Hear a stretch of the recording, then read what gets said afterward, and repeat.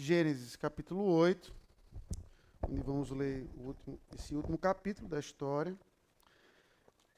desta parte da história de Noé, né? Porque ela continua ainda no próximo capítulo, mas de um jeito um pouco diferente.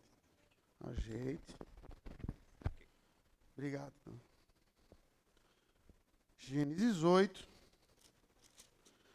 Preste bem atenção na leitura da inerrante palavra do Senhor, que nos diz: Lembrou-se Deus de Noé e de todos os animais selváticos e todos os animais domésticos que com ele estavam na arca.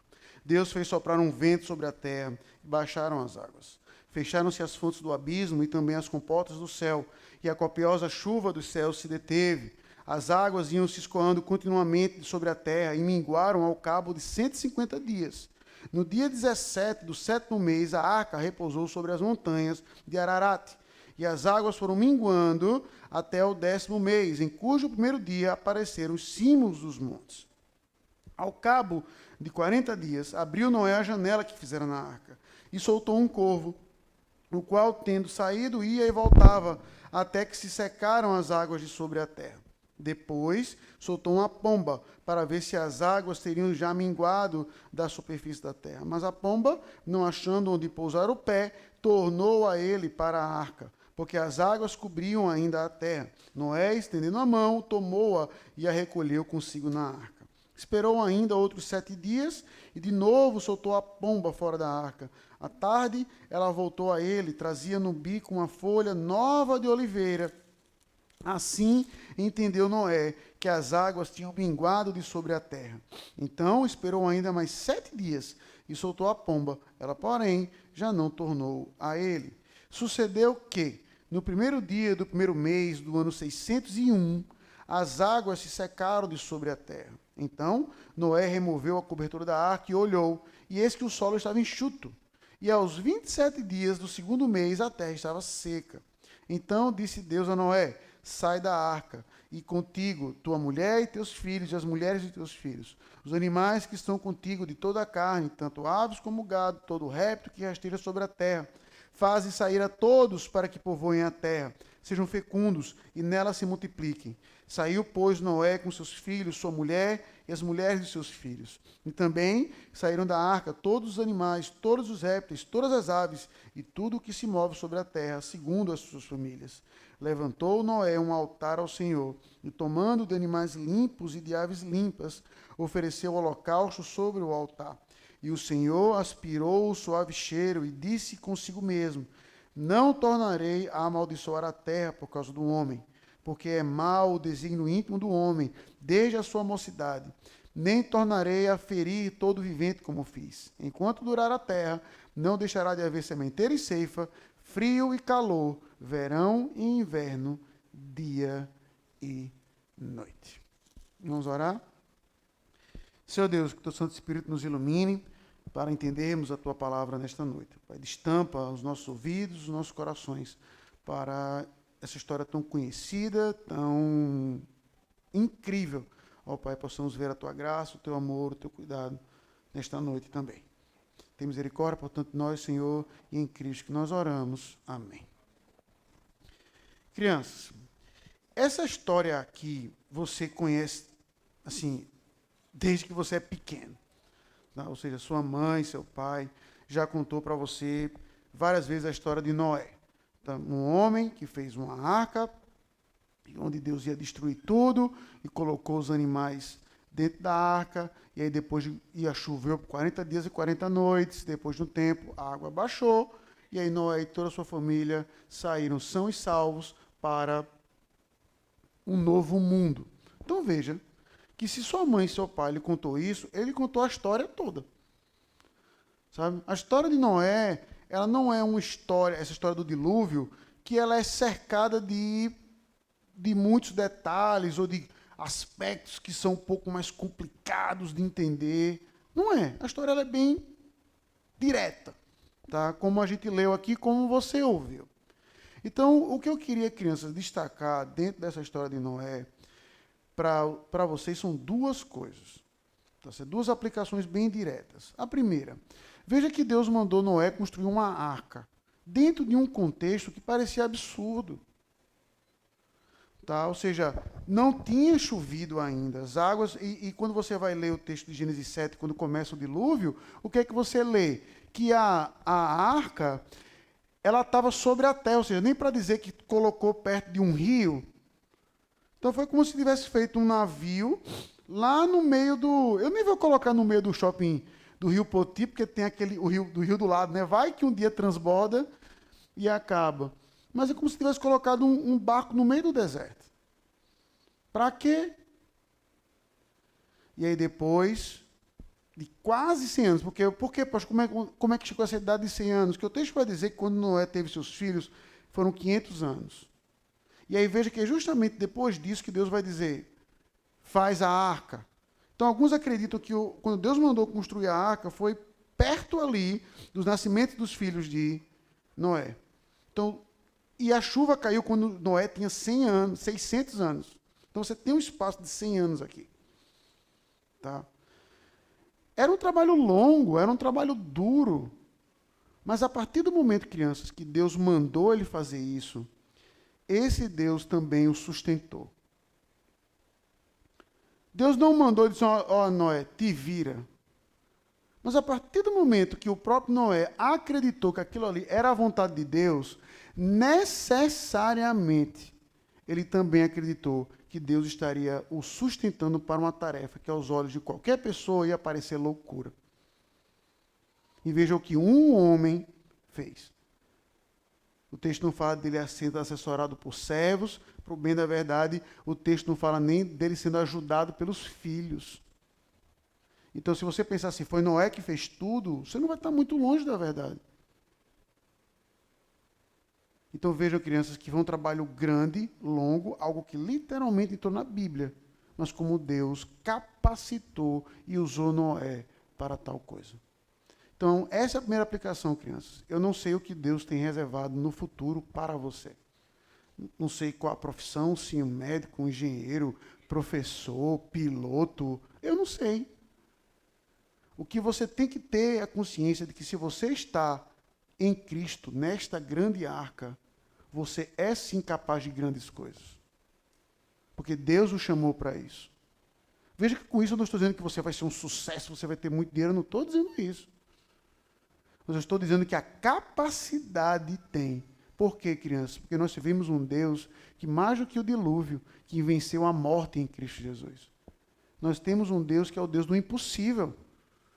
Então, para Ele, nós podemos fazer também. Essa é a primeira aplicação. A segunda, crianças, é que, veja, você pode até pensar assim, pastor, não é possível. Depois do dilúvio, a humanidade aprendeu. A primeira coisa que Deus diz depois do dilúvio é, essa geração é ruim até o osso. Ou seja, do ponto de vista moral, crianças, o dilúvio não mudou nada, zero. O ser humano continuou ruim. O dilúvio não mudou isso. Agora, quando Noé oferece o sacrifício, ou seja, quando o primeiro ato que ele faz da arca é reconhecer, eu merecia estar debaixo d'água, eu merecia morrer, mas ao invés de mim, esses animais vão morrer no meu lugar. Aí Deus vai dizer, eu não vou mais destruir a terra. Não porque eles merecem, porque não merecem. Mas eu não vou mais fazer isso. Veja que do ponto de vista de leitura, né? Não que Deus mude, mas o que muda é exatamente o sacrifício. Não pense, crianças, que você ficando mais velho, simplesmente você vai ser melhor. Talvez você já tenha dito isso para o seu pai, pensando um pouco mais nos adolescentes aí, ou essa bravata já pensou, quando eu tiver 18 anos eu vou fazer o que eu quiser. Não se iluda. Não se iluda. No fundo, você já faz o que você quer. Você gostaria de ainda mais liberdade. Na verdade, você quer poder fazer coisas que sua mãe não deixa. É outro departamento. Não pense que a idade, a experiência, o trabalho, os seus pais vão salvar você. Apenas Cristo e o seu sacrifício na cruz. É Ele que provoca a mudança. E meu desejo, a minha oração é que Ele salve sua vida. Que Deus os abençoe. Irmãos, deixa eu só ajeitar aqui, Dal, que tu botou bem embaixo, aí a cabeça fica, fica puxando. Pronto. Irmãos, veja, volte para Gênesis 6, a gente vai avançando durante esses 3 capítulos aí. Tá? Veja que a história de Noé, ela começa no capítulo 6, de forma prática, no versículo 8. Tá? Quando termina, na verdade, essa sessão, vai dizer, porém Noé achou grande diante do Senhor. Aí veja que no 9 vai dizer, eis a história de Noé. Tá? Então você vê que Moisés, ele, em alguns momentos, ele conta, eis a história de. Então você sabe, do ponto de vista prático, que a história de Noé, ele começa então em Gênesis 6, versículo 9. Por quê? Porque a Bíblia está dizendo que começa aí. Você vê uma introdução do personagem, mas a história dele começa, então, no versículo 9. Tá? E aí a gente até viu essa sessão, vai mostrar que ele andava com Deus, que é a mesma expressão que aparece citada a Enoque, no capítulo 5, que foi justamente a que não conheceu a morte, porque andava com Deus. Então, Noé era um homem reto e santo. Então, antes de entrar na narrativa, permita-me abordar uma coisa, como eu fiz com Gênesis 1 e 2, até porque tem semelhanças. O texto do dilúvio também é mais um texto daqueles que a gente traz curiosidades, dúvidas fora do texto. Ou seja, pastor, o dilúvio foi universal ou foi específico? Ou seja, foi em toda a terra ou foi apenas ali no Oriente Próximo? Como é que era possível isso? Como é que e veio água de baixo e abriu? Veja, irmãos. Mais uma vez, o texto de Gênesis ele não está preocupado com isso. São dúvidas válidas? Sem dúvida. São dúvidas que vale a pena você estudar, pesquisar? Com certeza. Com certeza. Mas o texto ele não tem uma preocupação em relatar isso. Você vê até a preocupação de Moisés em ser específico com data, locais, diferente de outras narrativas, para que o leitor tenha certeza que aquele evento aconteceu. Então veja que até o presente momento você não vê data sendo citada, mas aqui você vê no ano tal, no dia tal. Então, por mais que Moisés tenha preocupação em ser específico, ele não tem a preocupação de dizer a água veio de tal canto. Não, Deus encheu a terra de água. Ele foca no seu aspecto principal. Então, aqui no sermão, são os aspectos que eu vou estar abordando também. Ok? Então, dito isso, veja que o versículo 6, o versículo 11, ele é feito para lhe lembrar do início de Gênesis. Se você voltar, não precisa voltar, mas se você voltar lá para Gênesis 1, vai dizer, a terra era sem forma e vazia, e o Espírito de Deus pairava sobre as águas, e disse Deus. Aí quando você lê aqui, o que é que você vê? A terra, de novo, ou seja, Deus olhando. Só que agora não é que ela estava sem forma e vazia. Ela estava corrompida e cheia de violência. E esse Deus, a qual o seu Espírito pairava sobre a face das águas, viu que tudo estava corrompido, sem exceção. Diferentemente de outros mitos, né, diferentemente de outras histórias do dilúvio que existem por aí afora, veja que a narrativa bíblica vai mostrar até um ponto de contraste quando vai mostrar que Deus revela o seu plano. Tá? Ou seja, Deus, ele, com uma pessoa, ele revela o seu plano. Ele não é pego de surpresa. Não acorda um dia e vai dizer, está chovendo. Não. Você vê Deus disse a Noé, o que é que eu vou fazer por conta disso? Ou seja, o mundo todo destruído. Aí você lê no versículo 13, resolvi dar cabo de toda a carne, porque a terra está cheia de violência dos homens. Eis que o farei perecer juntamente com a terra. Então, o que ele vai dizer? Vou destruir tudo isso aqui. Veja. E aí, a primeira pergunta que já lhe vem à tona é por que Deus não destruiu Moisés? Ele já introduz isso no versículo 8, porque Noé achou graça aos olhos do Senhor, vivia de conformidade com essa graça. Você vai ver que a Noé, ele é o primeiro homem que é atribuído algo que ficou mais conhecido na história de Jó, homem íntegro e reto. Veja aí, homem justo e íntegro, na verdade, mas é a mesma expressão que aparece lá em Jó, perdão. Tá? Então, não foi por mérito de Moisés, mas por graça. E aí a gente já observa uma coisa de como uma vida é importante para Deus. Porque, do ponto de vista de facilidade, vamos assim dizer, para um Deus que é todo-poderoso, o que seria a melhor coisa a se fazer aqui? Meu amigo, acaba com tudo, vamos começar de novo. Não é melhor? Não está toda a terra corrompida? Não está toda a terra violenta? Então vamos destruir tudo. Vamos começar uma terra 2.0. Mas você observa como Deus é um Deus que salva e restaura, como um homem e sua família são preservados para que através deles agora, assim como foi no início Adão e Eva, através de Noé e sua esposa, o mundo fosse recriado, poupado e guardado. Então a ênfase aqui nesse texto pode ter seu aspecto de juízo, porque o é. Mas o tempo todo você vai ver um Deus que preserva e salva. Tá?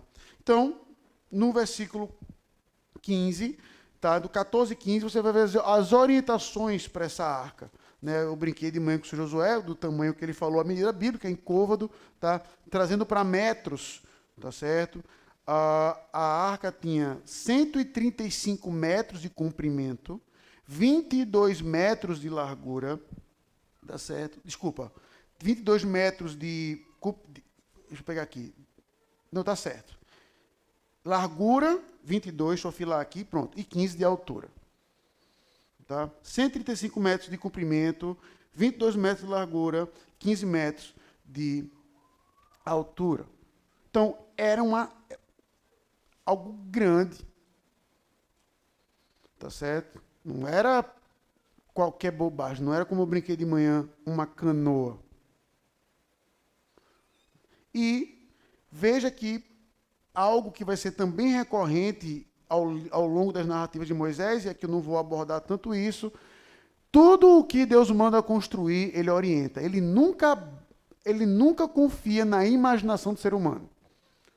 Deus é o arquiteto. O homem pode até dizer, eu bati o martelo. Foi, mas o plano e o projeto, sempre quem dá é Deus, sempre. Se Deus ele manda construir uma coisa, ele diz, faça desse jeito.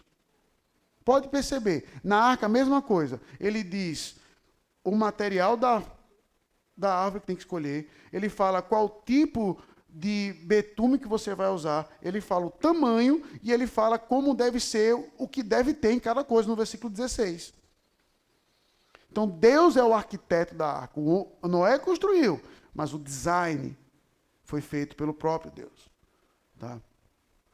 Então, Deus faz isso, estabelece, e aí veja que no versículo 18, ele diz assim, contigo, porém, então ele fala no 17, eu vou destruir tudo.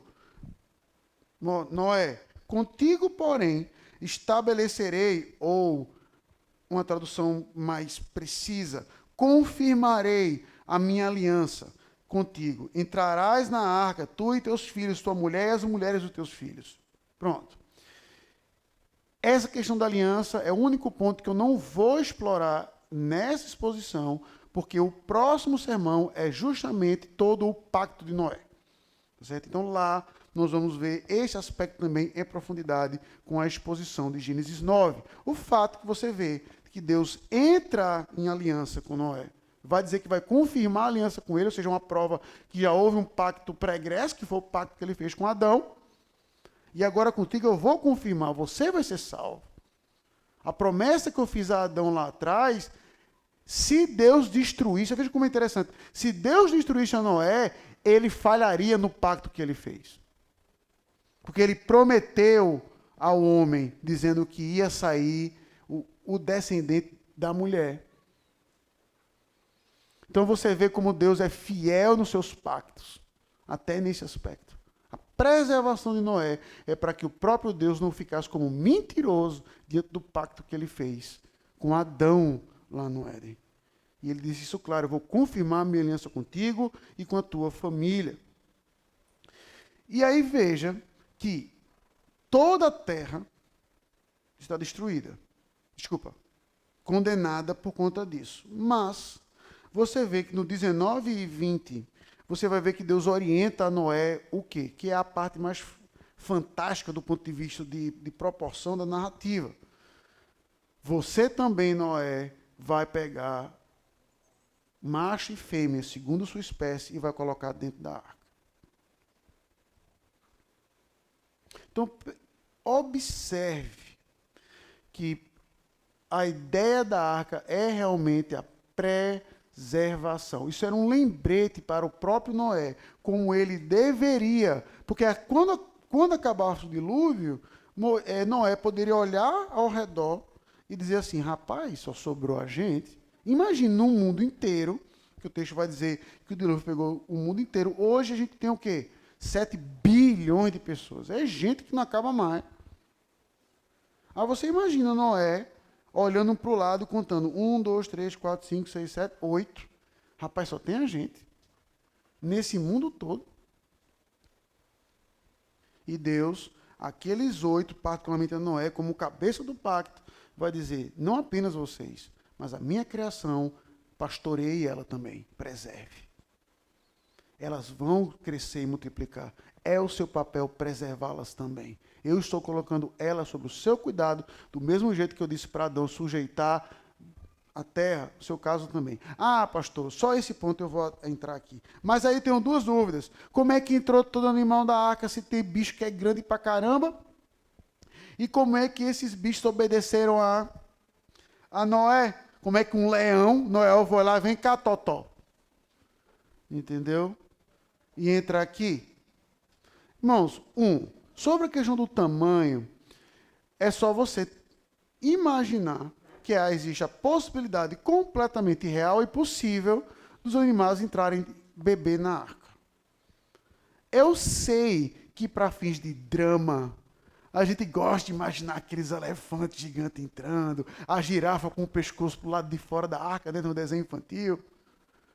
Né? Eu sei que para fim de drama é melhor a gente colocar nessa escala grande, mas é provável que eles tenham entrado na sua infância, na arca. Tá certo?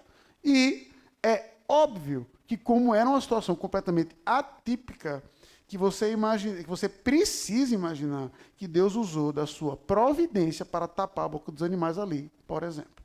O texto não diz isso, que fique claro, em nenhum momento.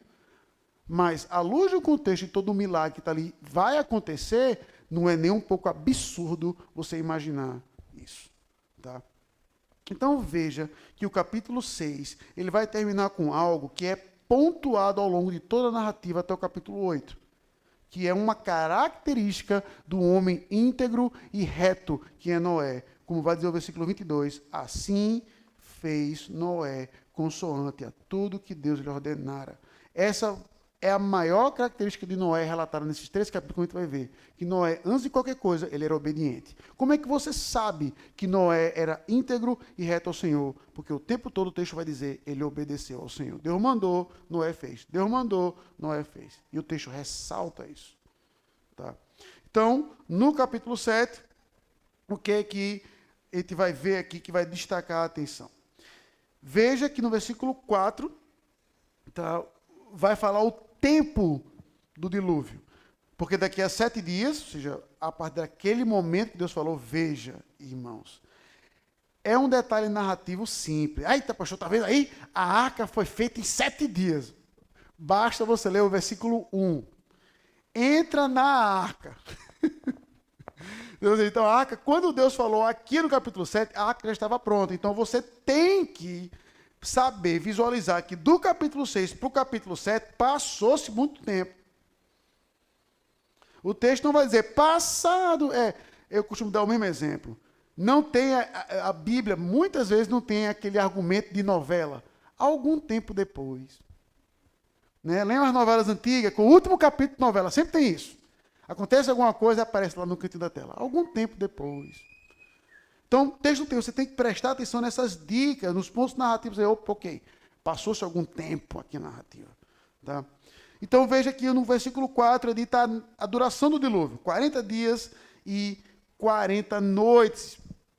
Ia ser o tempo da chuva.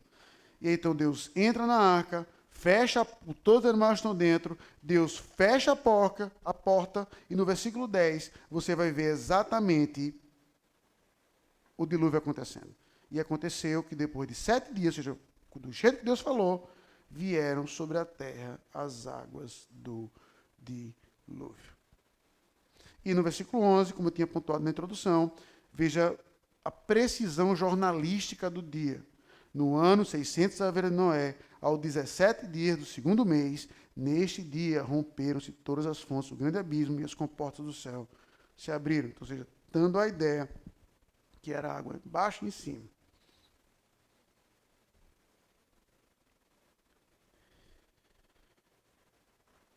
E aí, veja no versículo 16, mais uma vez a característica de Noé. Eram machos e fêmeas que entraram em toda a carne, como Deus lhe havia ordenado. Então veja que, de novo, o texto ressalta a obediência de Noé diante desse cenário de adversidade. Tá? E aí, então, do 17 até o 24, o que você vai ver? Toda a terra, ele vai entrar em detalhes de quanto tempo cobriu, onde cobriu, o tamanho das montanhas, tá certo? Em que tudo cobriu. Veja que era água pra caramba, porque o versículo 20 vai dizer que cobriu as mais altas montanhas, ou seja, só tinha água, quando você olhasse para um lado e para o outro, só tinha água, não tinha montanha onde você podia escapar. Cobriu tudo. Tá? E no versículo 21 e 22, a outra promessa que Deus fez. Até aqui é o preparativo e a ênfase no que primeiro você vê, que é a salvação.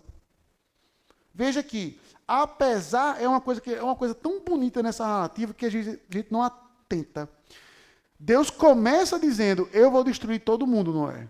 Mas faz uma arca e entra. Mas do ponto de vista de narrativa, acontece primeiro a salvação, depois a condenação. Entra na arca. Ou seja, Deus fala, eu vou destruir, mas eu vou salvar você. E na narrativa, a salvação vem primeiro que a destruição. Mas a destruição vem, e como vem. Que nos versículos 21 e 22 vai dizer exatamente isso. E resume-se muito bem no 22. Tudo o que tinha fôlego divino em suas narinas, tudo o que havia em terra seca, morreu. Morreu. Então, é uma cena dura, é uma cena triste, que Noé, eu até acredito que em outros textos, ele é até um pouco mais gráfico nas narrativas de morte, mas aqui veja que foi muita gente. Então, Noé demonstra exatamente um aspecto de, não de empatia, no sentido assim, oh meu Deus, Deus foi injusto, não. Mas só o fato de você saber que toda a terra foi dizimada já é tristeza o suficiente. E você saber que há motivo para a esperança, já é esperança o suficiente. E aí, então, o versículo 1 do capítulo 8 é justamente a parte graciosa, quando vai dizer, lembrou-se Deus de Noé e de todos os animais selváticos. Então veja, o texto não fala como era a vida na arca. Fique livre para imaginar. Ah, pastor, devia ser uma catinha danada. Provavelmente. Né? Uma confusão de bicho bezerro, um querendo comer o outro, não é aparando briga de gato com cachorro. O texto não vai dizer. Mas o que é interessante do fato de não falar é porque visualize a cena. Durante 40 dias e 40 noites, uma arca flutuando sobre o mar. Para lá. E quem está dentro? Veja que não tem nada do lado de fora. Morreu todo mundo. Não tem aquela esperança que você tem num filme, alguém vai me salvar. Será que alguém vai ver? Não tem. Está todo mundo morto lá de fora. A narrativa já diz. Então é fundamental o versículo 1 para que você perceba, está aqui de onde vem a esperança. Deus se lembra do que ele prometeu. E lembrou-se de Noé. Então, a partir daquele momento, ele soprou e as águas do dilúvio baixaram. Veja, a gente sempre destaca que o dilúvio durou 40 dias e 40 noites. Só que tem um detalhe aqui, só para você visualizar o tempo que Noé passou dentro da arca. 40 dias e 40 noites foi o tempo que choveu. Certo? 40 dias e 40 noites foi o tempo que choveu. Então, ou seja, aqui em Teresina, quando chove 10 minutos, a gente já pensa que é o fim do mundo. Certo? Lá choveu 40 dias e 40 noites. A gente não sabe mesmo, a gente não sabe o que é isso. certo? Você pode chegar para mim e dizer assim, pastor, em Manaus chove, Pará chove todo dia. Beleza, chove todo dia, mas não todo momento. A gente não sabe o que é isso. Simplesmente a gente não sabe. Até porque o próprio Deus prometeu que isso não ia acontecer mais. Mas, observe, por favor, o versículo 3, que vai dizer assim. As águas iam se escoando continuamente sobre a terra e minguaram ao cabo de 150 dias. Então, veja, foram 40 dias e 40 noites de chuva. Mas Moisés ainda passou 3 meses lá dentro. Noé, desculpe, obrigado. Eu estou pensando no narrador, tá certo? Noé passou ainda mais de 3 meses lá dentro. Quase meio ano. Então, não é certo você dizer, Noé passou 40 dias na arca. Não.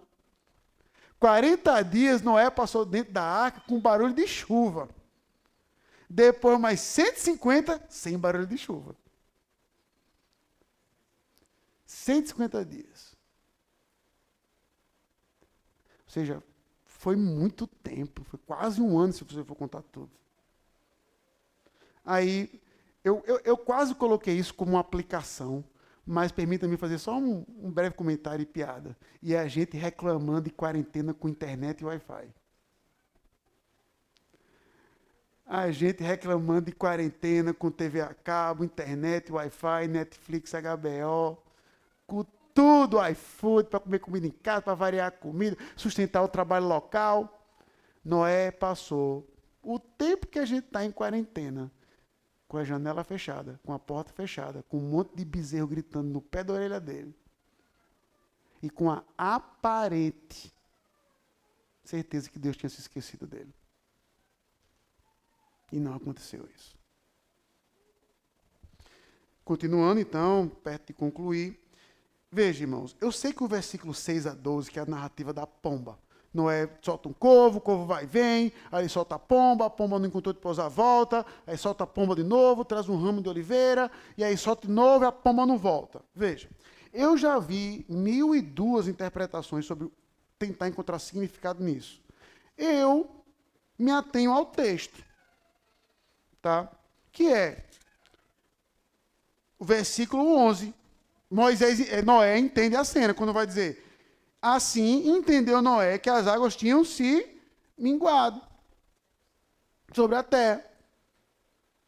Então ali a ideia de Noé não estava vendo as águas minguando, não estava vendo terra ainda, então como é que eu vou saber? Vou ver se esse bicho volta. Voltou. Ele disse, pronto, entendeu isso. E aí, meus irmãos, a parte mais incrível da narrativa como um todo, para mim, está nos próximos versículos. Porque aí no 13, sucedeu que no primeiro dia do primeiro mês do ano 601, as águas secaram sobre a terra. Então Noé removeu a cobertura da arca e olhou, e eis que o sol está... Então veja, com o evento da pomba, Noé já tinha entendido isso. Só que agora, meu amigo, ele viu, como a gente fala no popular, com os olhos que a terra há de comer. Ele abriu, viu e disse, secou. Irmãos, veja. Quando falta energia na sua casa, é um pensamento assim que para você ver como a gente é dependente de coisas que a gente não para pensar. Em particular, quando falta à noite. Sim, é um incômodo, não estou tentando ser franciscano. Mas quer ver uma coisa que eu não entendo? Volta a luz, parece gol do Flamengo. Sempre tem alguém que grita isso. Já percebeu? Para quem mora em prédio, casa. Faltou a luz. Aí volta a luz, sempre tem alguém. Eu digo, é gol. Porque é a ideia de que pode tocar a vida, seguir tudo. E aí, meu amigo, se tiver criança pequena, já quer ligar a TV, eu já sou veaco com a luz de Teresina. Quando volta a luz, eu digo, espera que vai faltar de novo. Para não queimar. Não é certo? Mas pegou os meninos, mas foi. Agora, então veja, você passou meio ano, mais de meio ano dentro de um barco. Você vê terra. Qual é a primeira reação de Noé? Qual seria a sua primeira reação? Poxa, eu pulava de lá mesmo. Você ia morrer, que você está pulando de 20 e tantos metros. Mas a sua reação era, meu amigo, ia fazer feito papa quando pousou no Brasil, ia beijar o chão. Eita, terra firme. E é aqui onde eu quero mostrar o que eu vou trabalhar melhor na aplicação. Noé só desce da arca quando Deus manda. Veja que ele vê, secou. No 14 confirma. Aí no 15 vai dizer, então disse Deus a Noé, sai da arca. Sai da arca. Noé não era, para pegar uma incrível frase que eu li do Bruce Waltke, Noé aqui é um reflexo do que todo crente deve ser, que não é para viver por vista, mas de obediência ao Senhor. Ele viu que ele já podia descer. Ele viu que a terra estava seca debaixo dele. Mas ele não confiou nos seus olhos. Ele confiou no Senhor que disse, sai. E foi o que aconteceu. Então ele sai com todos os animais. E aí, no versículo 20 a 21, você vê o clímax da narrativa, que não é o dilúvio. É a primeira coisa que Noé faz quando sai. O texto vai dizer, levantou Noé um altar ao Senhor. Ou seja, ele não olhou para o lado e disse, onde é que a gente vai morar? Como é que vai ser agora? E as coisas, o mundo, como é que vai ser? A primeira coisa que ele faz, ele adora o Senhor. Levanta um altar e faz um sacrifício, faz um holocausto. Ou seja, olhe para a narrativa. Ele acabou de vir em um contexto em que toda a terra morreu. Morreu. Como vai dizer no versículo 22, que a gente leu no capítulo 7. Morreu. Usando até uma expressão dura. Foi exterminada. Qual é a primeira coisa, então, que acontece quando tudo seca? Pastor, não é possível. Mais morte. A primeira coisa que acontece é exatamente mais morte. Só que essa foi da troca. Foi o reconhecimento em que Noé disse assim, eu merecia estar lá. E aí, então, aquele holocausto. Aí é incrível como Moisés entra, né? Ou seja, Deus o revela e vai dizer, e Senhor aspirou aquele suave. Veja que o texto vai mostrar exatamente naquele... Né? Quando a gente chegar em Levítico, eu vou até explicar isso melhor. Vai demorar um pouco, mas veja como ele entra, Deus revela a ele com aquele sentimento. O cheiro daquela lama foi suave, o texto não vai falar nada da morte daquelas pessoas, daqueles outros animais, mas aquela morte, aquele holocausto, foi um perfume, foi um incenso nas narinas do Senhor. Aí veja que o próprio Deus atesta no 21 que o dilúvio moralmente não mudou nada. Ele mesmo vai dizer, permita-me ler para ficar claro isso. Não tornarei a amaldiçoar a terra por causa do homem. Aí vai dizer, porque eles vão aprender a lição. Continue lendo.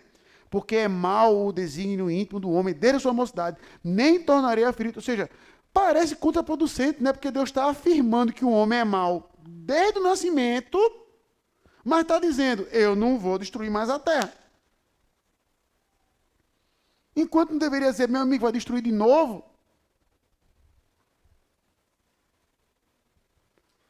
E aí o versículo 22, ele dá uma esperança para nós crentes que a gente não costuma destacar tanto. A gente costuma destacar no arco-íris, como a gente vai ver no próximo capítulo. Mas no 22, veja o que ele diz para encerrar a exposição. Enquanto durar a terra, não deixará de haver sementeira e ceifa, e frio, calor e verão, inverno, dia e noite. Então, muitos de vocês viram aquele memezinho, e aí fala de um filme que eu gosto, só para lembrar todo mundo que Mad Max se passa em 2021. Então, se a gente está em 2021, tá certo? Então, se você imaginar que 2020 era ruim, e se 2021 foi feito Mad Max, acabou-se. Certo? Se você nunca assistiu, eu recomendo. Tá certo? Então, veja. Qual é a promessa que é feita aqui? Mas, pastor, que promessa é essa para alimentar a gente? O texto diz, não vai faltar sementeira, ceifa, frio, calor, verão, inverno. A gente sempre gosta de trabalhar com a expectativa de que o mundo vai acabar, que vai ter uma Matrix, que as máquinas vão dominar. Escolha a sua ficção científica favorita. Que os ET vão aparecer, que os bichos da caverna, os homens da caverna vão aparecer debaixo da terra. Escolha. todos nós temos a nossa ficção científica distópica favorita. Mas o versículo 2 é uma promessa de Deus, desde lá de Gênesis, dizendo assim, as coisas serão constantes até o dia. Aí não vai dizer isso, mas quando vem Apocalipse, até o dia que eu voltar para resgatar todos. Então, enquanto a gente viver, a gente sabe que vai ter dia e noite, calor e frio, que Deus vai sustentar o seu povo. Uma promessa simples, mas fundamental para a gente ter esperança no Senhor em todos os momentos. Assim, irmãos, eu queria trazer, então, 4 aplicações. A primeira, e eu não posso deixar de fazer essa aplicação, que é tão óbvia, nesse texto. É uma obrigação nossa como cristãos, hoje, a mesma obrigação que Deus deu a Noé ao entrar na arca. Preserve a criação que eu criei. Deus incumbe Noé de colocar, ou seja, você, Noé, vai pegar. É isso que é o que é interessante. Como eu falei, você deve assumir um milagre. Mas não foi Noé, como você também já deve ter visto em algum desenho de criança, não foi Noé abriu a arca e os animais vieram tudo encantados. Noé foi lá e pegou aqueles animais. Ele poderia muito bem dizer assim, Senhor, joga no mar, cria de novo. O Senhor não criou do nada, fala aí alguma coisa. E isso que é fundamental, porque nos capítulos 1 e 2 de Gênesis, você vai ver o Deus que criou todas as coisas do nada, meu amigo. Do nada. Então bastava ele falar. Não seria mais fácil? Senhor, taca tudo debaixo d'água. Depois o Senhor fala, aí aparece elefante, zebra, camelo, papagaio, tudo. Mas o que é que Deus diz? Preserve. Preserve. Para que eles procriem, macho e fêmea, preserve. Então, nesse sentido, a mesma ordem cabe a nós também. Nós vivemos num mundo que pertence a Deus, não pertence a você, não pertence a mim. Como a gente viu no final da exposição de Judas, tudo é para ele, para a glória dele. Ele que tem todo o império, ele que tem toda a majestade. Os animais pertencem ao Senhor, as árvores pertencem ao Senhor. Portanto, devemos ter respeito, cuidado e preservar a criação do Senhor. De atitudes simples, ao famoso não jogar lixo na rua, ao não maltratar os animais. Ah, pastor, o senhor comentou por N vezes que o senhor não é uma pessoa bucólica. Não sou mesmo, não. E realmente não sou. Mas eu jamais, sob nenhuma circunstância, você vai me ver dizendo que a criação ou a natureza do Senhor é feia, deve ser desmerecida, desmatada e por aí vai. Nunca. Nunca. É papel do crente ser ecológico. Pausa. Eu sei que isso hoje, em termos políticos, é uma expressão perigosa. Tá? A primeira vez que eu li sobre isso foi um livro que eu não consegui encontrar de novo. Foi na biblioteca que eu li lá nos Estados Unidos, peguei, que é traduzindo livremente o título, seria Lutando contra o Dragão Verde. Os perigos da filosofia ecológica no mundo. E foi a primeira vez que eu li algo que me chamou a atenção nisso. Então, veja, eu não estou entrando nesses aspectos políticos, não estou entrando no mérito de que existem ONGs por aí que são estritamente políticas, que querem causar. Eu não estou entrando em nenhum desses méritos aqui. Só estou pontuando que o aspecto do que não se encontra ao nosso alcance, a criação de Deus, tem que ser, nós temos que lutar para ser preservado de coisas simples. Da sujeira que a gente causa ao nosso relacionamento com os animais. Não é o nosso papel destruir a criação. Não é o nosso papel escravizar a criação do Senhor. Mas preservá-la, como era o caso de Noé. Tá? Então, a primeira aplicação, por mais simples que seja, mais necessário, preserve a natureza. Não é seja um eco-chato. Tá? Preserve a natureza. Admire a criação do Senhor. E entenda que ela existe para a glória de Deus. Entenda que aquilo existe para apontar a beleza e a glória do Senhor, ela aponta isso para a gente também, como vai dizer Romanos 1. Então preserve-a, porque é uma maneira de Deus se revelar aos homens também. Ou seja, a própria natureza não deixa de ter um papel evangelístico, limitado, mas tem. Limitadíssimo, mas tem, de apontar para um Criador. E a Bíblia para o Salvador. Então preserve o chamado livro da criação. A segunda aplicação, irmãos, é a obediência de um homem a Deus não depende das circunstâncias. E nem do que Deus está mandando. Deus manda a Moisés fazer uma arca. Desnecessariamente, do ponto de vista prático, não está chovendo. Não tem mar aqui.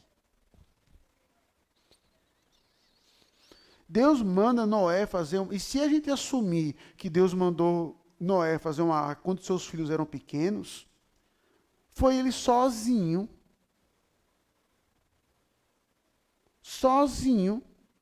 fazer uma arca de mais de 100 metros de comprimento. Você imagina, então, ele todo dia se levantando, vai fazer o quê? Vou fazer a arca. Vou fazer a arca. Mas, pastor, isso é impossível, é muito grande. Então, observe, meus irmãos, que a gente sempre tende a questionar as ordens de Deus. Ah, pastor, mas isso aqui é muito chato. Como assim? Eu não posso ter relação com a minha namorada?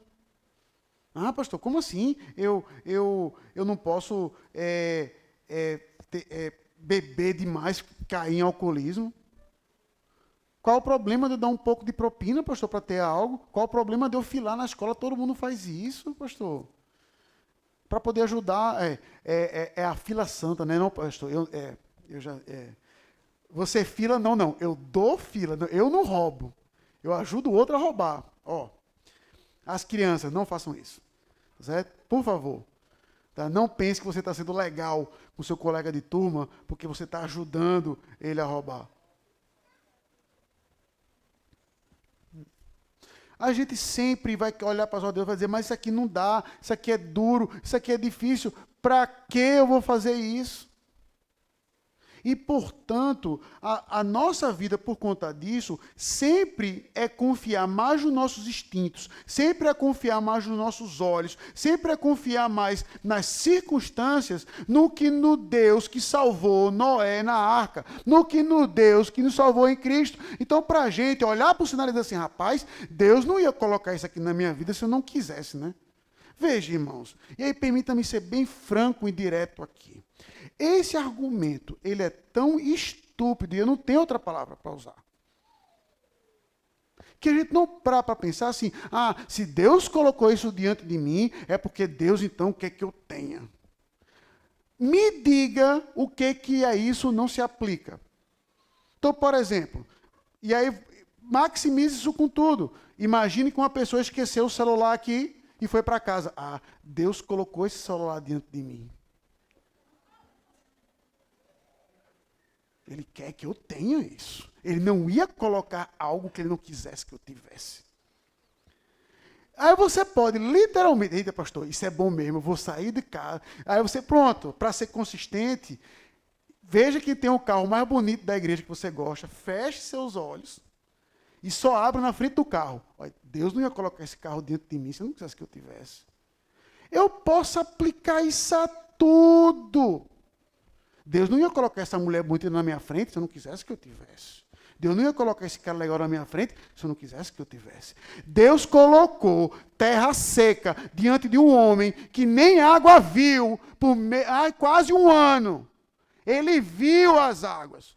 Ele subiu, desculpa, a terra. Ele subiu, viu, rapaz, a terra está seca. Mas ele demonstrou ser íntegro e temente a Deus quando ele só desceu, quando Deus disse, Noé, sai. Não é na sua vista, não é no seu pensamento, não é no seu instinto que você deve confiar, mas no Senhor que manda e a gente deve obedecer. A gente sempre vai olhar para as coisas ao redor e vai dizer, pastor, eu já desisti disso, isso aqui é muito grande, eu não posso fazer isso. Se Deus lhe manda fazer algo, as coisas vão ser sim difíceis. Por quê? Porque assim como Noé, a gente ainda lida com um mundo que é caído. A gente não vai estar lidando no nosso dia a dia o tempo todo com pessoas santas. E mesmo as santas ainda podem estar sob a influência de pecado. Então não é fácil. É duro ser pai, é duro ser mãe, é duro ser filho, ser irmão. É difícil. É grande, pastor. Mas se é o que Deus nos manda fazer, tenha a certeza que Ele vai estar com você, lhe capacitar até o final. O problema é que a gente confia no que a gente está vendo. Ah, pastor, mas as circunstâncias não parecem isso. Mas lembre-se, do mesma coisa que Deus disse a Noé, que Deus falou a respeito de Noé, Deus lembrou-se de Noé. Isso se aplica a nós constantemente. Em meio às nossas lutas, em meio ao nosso sofrimento, em meio à nossa disposição de querer obedecer ao Senhor. E dentro dessa aplicação, permita-me outra. E é por isso que nós, enquanto igreja, a gente tem falhado miseravelmente, porque esquecemos que, estando em Cristo, qual é o potencial de coisas que podemos fazer. Você vai ver, a partir de agora, um homem que sozinho construiu uma arca. Quando eu digo sozinho, é do ponto de vista de observador. É óbvio que Deus estava com ele em todo momento, como eu acabei de dizer. Mas um homem que sozinho construiu a arca. Um homem que sozinho ficou rico, tão rico, que teve que se dividir do seu sobrinho. Um bandido que se converteu e ficou rico. Um jovem que, enviado para o Egito, salvou todo o mundo daquele tempo. O livro de Gênesis vai contar exatamente a história de homens, que Deus usou aqueles homens para fazer grandes coisas. Todo o livro de Gênesis são essas narrativas.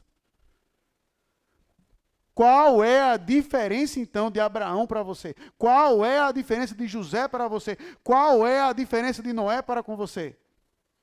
Uma e uma só. Eles estão em desvantagem para com você, porque eles só viram as promessas de longe. Nós temos Cristo crucificado e ressurreto. Ou seja, você, olhando por esse princípio, tem que ter uma coragem, uma disposição maior que Abraão, José, Isaac, Jacó, Noé. Se Noé conseguiu fazer, entenda meu ponto agora, se Noé conseguiu fazer uma arca, você consegue fazer duas. Porque você tem a certeza da promessa, que não vai ser nem a própria morte que vai separar você do amor de Deus que está em Cristo Jesus. Veja como Deus mostra exatamente o potencial, que é o meu medo, como falar assim, aquele sermão que parece coach, pois lá vai meu momento coach. De como o homem faz parte do projeto dele. O projeto é dele, ele é o arquiteto, mas quem constrói é Noé. Ele não faz o trabalho, Aí você vê como o próprio Deus usa a sua criação e usa em particular o homem para fazer a sua vontade. Deus não colocou os anjos para pregar o evangelho. Ele colocou os apóstolos. Ele colocou pastores. Deus não colocou um anjo para ser seu pai ou sua mãe. Ele colocou você. Ele colocou você. Então isso demonstra como Deus, ele sustenta a sua criação e que a gente nele pode alçar grandes coisas. Terceira aplicação, e breve também, porque essa vai ser um tema em todo o Gênesis e vai ser explorado ao longo de todo, mas aqui você vê exatamente um ponto. Veja como é um Deus preocupado com as famílias. O tempo todo, o casal, Noé e sua família, Noé, no que fala a respeito à arca, ele nunca é citado só. Noé, tu e tua família, tu e tua família, tu e tua família, tu e tua família, tu e tua família. Então veja, irmãos, como a sua família é importante para o Senhor. Por muitas vezes, e é uma coisa que a gente tem aqui, aí fica, caso você não saiba, aqui na nossa igreja, irmãos, nós temos vários, é justo dizer vários, jovens, que os seus pais não são crentes, por exemplo. sua mãe ou seus pais, que é o famoso eu sou o único crente da família. O testemunho desses jovens tem que ser mais dobrado do que o nosso. Mas isso não é fácil. Acolha. Lembre-se que a sua família, ela não se limita apenas a seu pai, sua mãe, seus irmãos, sua esposa, seu marido, seus filhos, mas em Cristo nós somos uma grande. Óbvio que a prioridade, eu vou concordar, tem que ser primeiro os de casa, até porque isso é bíblico, como Paulo vai mostrar mais à frente. Mas não limite sua família apenas a essas pessoas. Deus tem um relacionamento com toda a sua família na fé, com toda a família. E até para que isso não crie em você a esperança de continuar orando pelo seu pai, sua mãe, seus irmãos. Não perca a esperança. Eu tenho na Bíblia um Deus que se relaciona com as famílias. Se Deus pode transformar a vida do meu irmão, Deus pode transformar a vida do meu pai, Deus pode transformar a vida da minha mãe, para que a gente seja uma casa que sirva ao Senhor. Não perca a esperança. Por fim, e é algo que você talvez já tenha dito, algo que você já tenha falado, e é com isso eu queria concluir. O que é que o dilúvio mudou na história do mundo? Nada. Veja, um evento daquele... Veja, eu não estou falando de geografia, não estou falando do impacto geográfico no mundo, não estou falando nada disso. Estou falando do ponto de vista moral. O que é que o dilúvio mudou? Nada. Absolutamente nada. Voltou o dilúvio, Deus disse, o homem continua mal em todos os seus desígnios. Aí você vai dizer, não é possível. Deus acabou de matar o mundo todinho nesse dilúvio e não mudou nada. Nada. Aí, pausa. Aí você já deve ter dito essa frase mesmo, essa pandemia. Rapaz, esses brasileiros não aprendem não, é? Não é possível. Tanta gente morreu e esse brasileiro fazendo a mesma coisa. É mesmo? Que coincidência, né? Sabe por quê? Porque uma pandemia, sabe o que ela vai mudar do ponto de vista moral?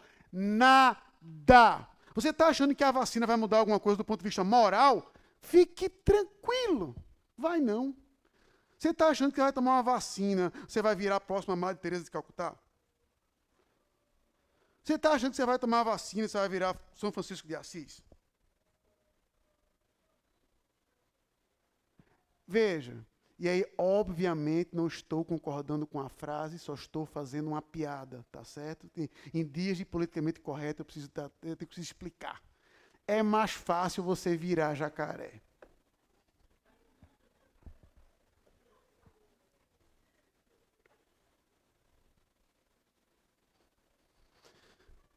Esse é o ponto. A gente ainda tem essa ideia de que fulaninho, ele vai aprender essa lição. O tempo vai ensinar isso a ele.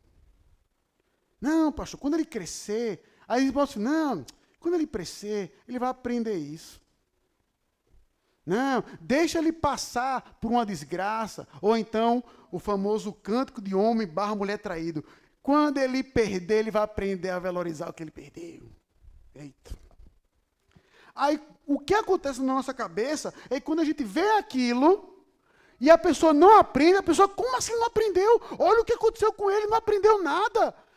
Porque circunstâncias, tragédias não mudam a vida de uma pessoa. Verdadeira mudança vem de dentro para fora quando operada por Cristo Jesus. Fora dele não há mudança. Fora dele não há salvação.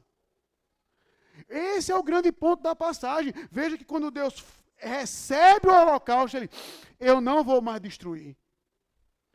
Ele diz isso depois do holocausto, depois do sacrifício que é feito. Não antes. Não antes. Antes o que você vê é destruição de cima a baixo, destruição de toda a terra. Depois do holocausto sendo feito. Eles não merecem. Continuam ruins até o osso. Mas eu não vou destruir mais.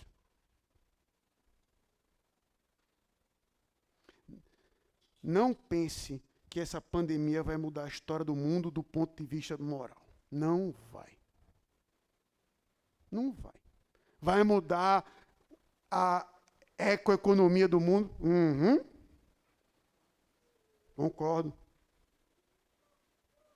E só para você ter uma ideia de como isso vai mudar, só nesse ano de pandemia, na Bolsa de Valores norte-americana, foi a maior transferência de riqueza da história do mundo, em 6 meses. Em um ano, 80% de todos os dólares impressos no mundo foi impresso em um ano nos Estados Unidos. Da história dos Estados Unidos, 80% de todos os dólares foi impresso em um ano. Então vai ter mudanças. Eu não estou entrando no mérito o impacto que isso vai ter, com certeza. Mas você pensa que um ser humano vai aprender por causa disso? Que ele vai aprender a ser empático, ser bonzinho. Ah, pastor, vão ter experiências disso. Eu não vou negar. Mas o mundo vai continuar mal. Por quê? Porque, para usar a frase mais clichê de todas, mas a mais necessária de todas, só Cristo salva.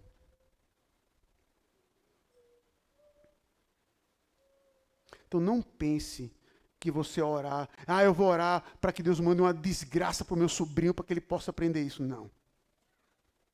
Veja, que desgraças podem ensinar lições, sem dúvida, mas mudança verdadeira, duradoura, só em Cristo. Só em Cristo. Não há mudança longe dele. Por quê? Porque foi ele que mudou o nosso status diante de Deus, de inimigos para aliados. Foi ele que foi a nossa arca. Foi nele que ele tomou toda a chuva. Ou seja, o grande ponto da arca, e eu vou concluir com isso, é que exatamente isso. É um instrumento que toma todo o impacto daquele julgamento, mas quem está dentro não sofre nenhum. A arca foi bombardeada de cima a baixo de água, meu amigo. E tome água. Água literalmente por baixo e por cima. Quem está dentro tinha seus problemas, mas não tomou uma gota de chuva. Escapou de todo o julgamento. Desceu sã e salvo. Cristo é a nossa arca. É nele que nós somos preservados. É nele que há mudança. Porque nós devemos entender que deveríamos ser nós que deveríamos morrer. Nós que deveríamos tomar a chuva da arca. Mas hoje estamos salvos para fazer grandes coisas, para preservar a criação e, acima de tudo, para sermos obedientes por causa dele. Porque fomos mudados e transformados no Senhor. Não foi uma pandemia, não foi seu pai, não foi seu casamento, não foi a sua paternidade que mudou você. Se você pensa que foi isso, lamento dizer, você não mudou. Verdadeira mudança está em Cristo Jesus. O sacrifício em nosso lugar. A nossa arca. Para que nele, então, mudados, salvos, vivamos para todo sempre, para a honra e para a glória dele. Que Deus nos abençoe. Vamos orar.